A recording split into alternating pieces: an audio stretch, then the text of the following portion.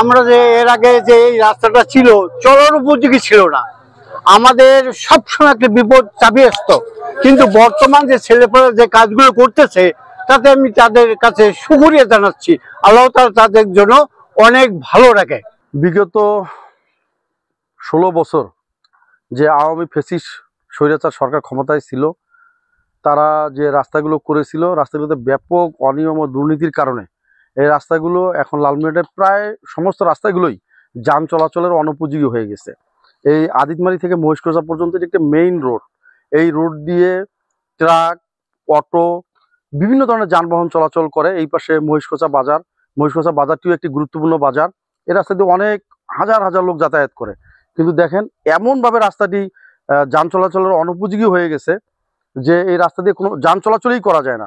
আমাদের নজরে আসার পরে আমরা জেলা যুবদল, আদিতমারি উপজেলা যুবদল এবং মহিষকোচা ইউনিয়ন যুবদল যৌথ উদ্যোগে আজকে সকাল থেকে আমরা প্রায় 150 যুবদলের কর্মী আমরা এই রাস্তাটি স্বেচ্ছায় এবং আমাদের নিজস্ব অর্থ দিয়ে আমরা এই রাস্তাটি সংস্কার করতেছি, যাতে মানুষ সুন্দরভাবে এই রাস্তা দিয়ে চলাচল করতে পারে।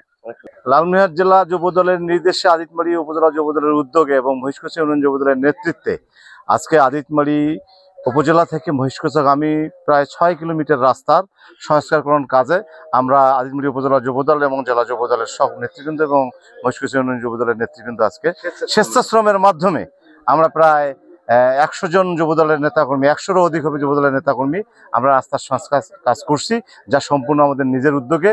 এই রাস্তাটি দীর্ঘদিন ধরে বিগত ফ্যাসিস্ট সরকারের আমলে এই রাস্তার কোনো কাজ না করার কারণে রাস্তার প্রায় 80% অংশ বিভিন্ন জায়গায় ফাটল ধরেছে, কোথাও কোথাও খন্দক হয়েছে, খাল হয়েছে, যেটা কোনোভাবেই ট্রাক এবং পিকআপ অন্যান্য ভারী যানবাহন চলাচলের অনুপযোগী। আপনারা জেনে থাকবেন ইতিমধ্যেই আমরা প্রায়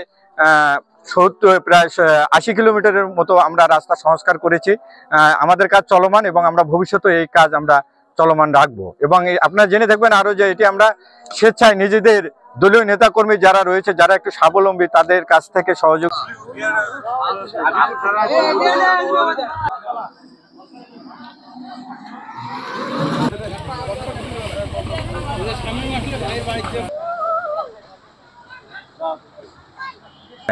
সব যুবদলের নেতা কর্মীরা স্বেচ্ছায় এখানে শ্রম দিয়ে রাস্তার এই সংস্কার কাজ করে দিচ্ছে। রাস্তার কাজ চলতেছে, রাস্তা ভালো হইতেছে, যুবদল কাজ করতেছে। পরিত্যক্ত ছিল, এখন বিএনপির যুবদল ওরা এটা করতেছে, কাজ করতেছে, আর এখন আমাদের চলাচল করার জন্য অনেক সুবিধা হবে।